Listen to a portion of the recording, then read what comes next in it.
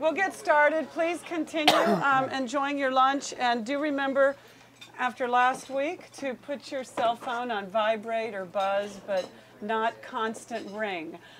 It makes this time I might act like Bill O'Reilly. So watch it. But anyway, enjoy your lunches. Never mind the rest of it. Welcome.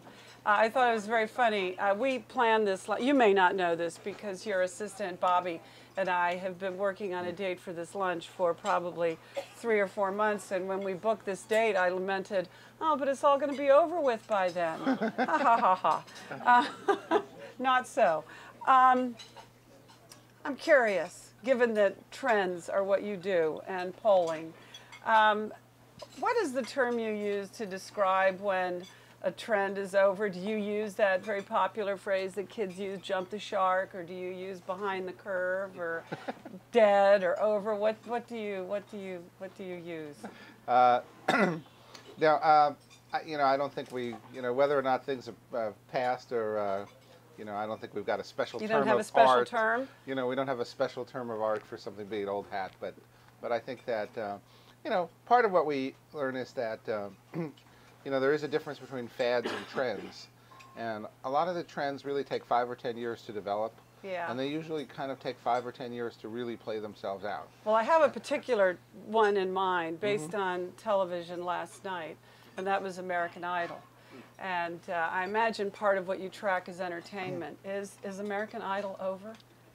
Is its moment over? Well, you see now, the question, is American Idol as a show or as a trend? Well, right? it is. It was right? the leader of a trend. But as a trend of being some combination of reality TV contest, make it, get rich, and people all of those calling things. up and that voting. trend is not going to be over. There may be another show, right? But we've come a long way from Queen for a Day to Have American we? Idol. But it's just going to be a time before Based somebody on else your comes book, up. we could have a new kind of Queen for a Day, but we'll get to that. But so you think that this kind of reality programming is here to stay? What niche does it fill? Well, because look, what that's about though is about the drive for individuality and success. Right. And certainly in the book we document in so many ways people are striving to be different, to be unique, to be themselves, to be successful, to be part of what's going on in the public. And this whole idea that the basic idea that anybody can make it in America, whether or not it went awry sometimes and is got boring or whatever, it comes back. Look, it was a couple of years ago we just filmed and everybody was going to be a millionaire. Yeah. Now you've got the show which requires no skill at all. Right. Right. Just pointing. Which is completely dumbed down, and it's like on 5 hours a night. So I think you're saying the trend is going toward being even dumber. The trend is continuing, right? That you can get it without the kind of level of kind of achievement and success and knowledge.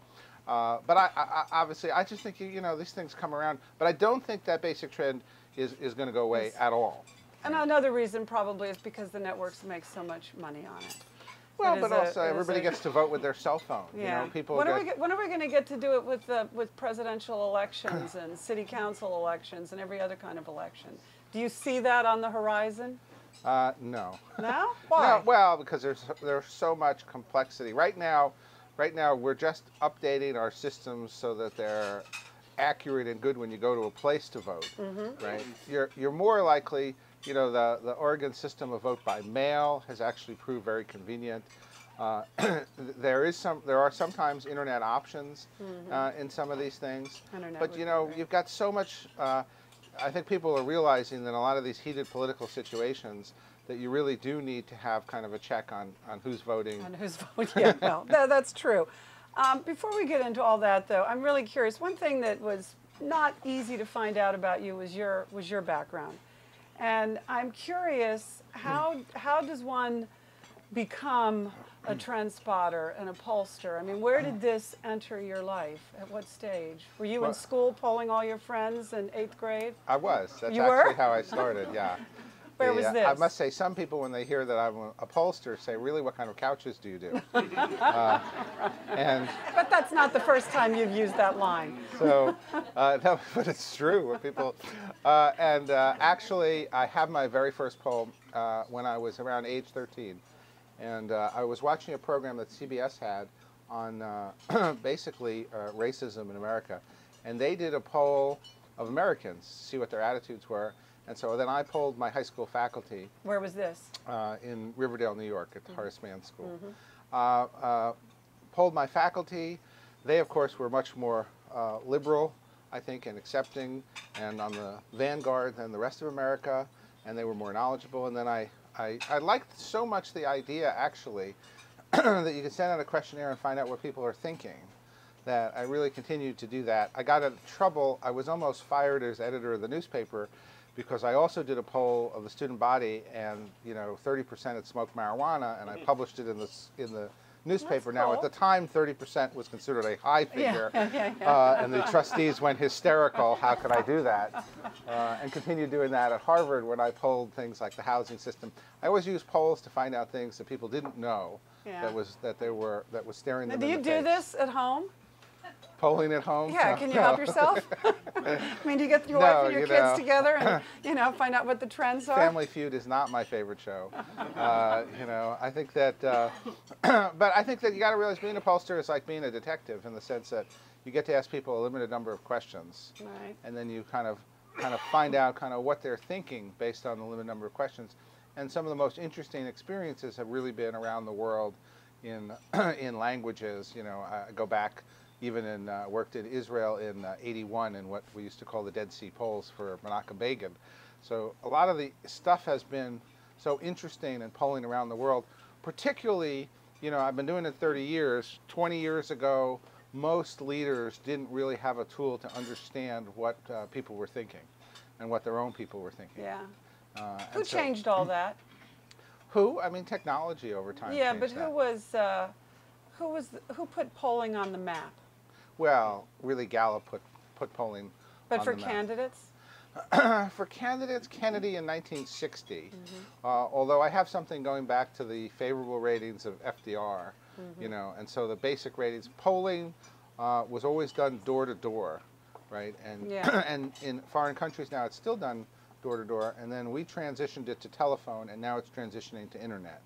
So probably half of what we do is on the internet. But there's actually a movie on polling called Magic Town, which is the only movie I know with Jimmy Stewart, who plays, right? And so He's a pollster? He's a Pollsters made it pollster, into the movies? and they discover that this one town, as though like Iowa, is like the perfect town in America, and that if you just poll that town, you don't have to poll the rest. So he has a competitive advantage. But it gets out, and the people find out that they're in the perfect town. So they start selling their opinions, and they become atypical. I would imagine that you learn from being wrong when you're polling.